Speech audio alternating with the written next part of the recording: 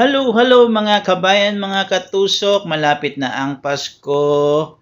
Nandito pa rin ng kabayan nyo. Ito nga po pala ang inyong kabayan, si Angel, ang simpleng florista ng Saudi Arabia. Ngayon po ay may tanggap ako, isang simple bouquet, mixed color combination at mixed flower ang ating gagawin. Ito po ay nilagyan natin ng baby roses na orange at light orange. At naglagay din po tayo ng ating roses na yellow. Ni-scatter lang po natin yan at sinakop natin ng ating base na ginawa o stand bouquet, stand base na ginawa natin.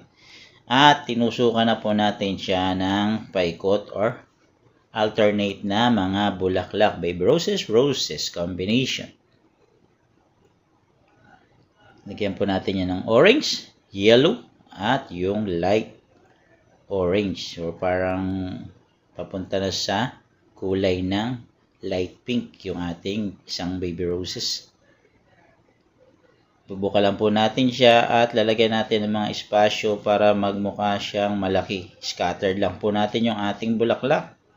Sakupin lang po natin yung ating balot na ginawa, yung wrapping natin ginawa, para makumpleto or mapaganda natin ang ating design. Siyempre, para ang ating customer ay masatisfied. Mura na, pero malaki siyang tingnan.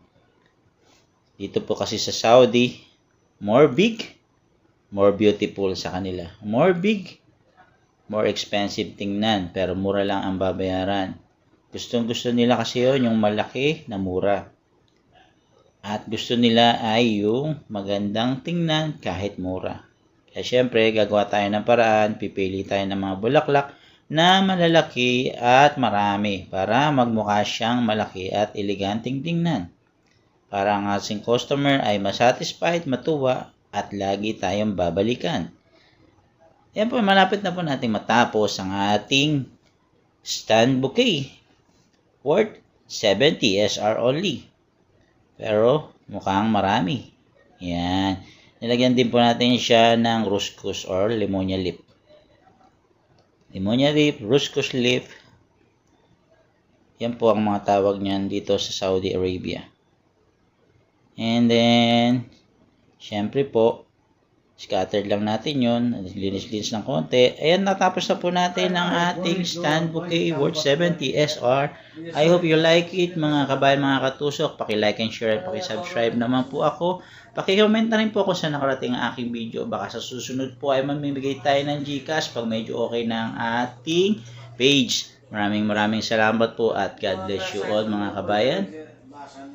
See you in the next vlog.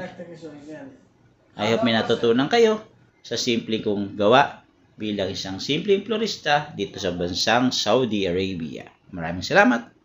God bless you all.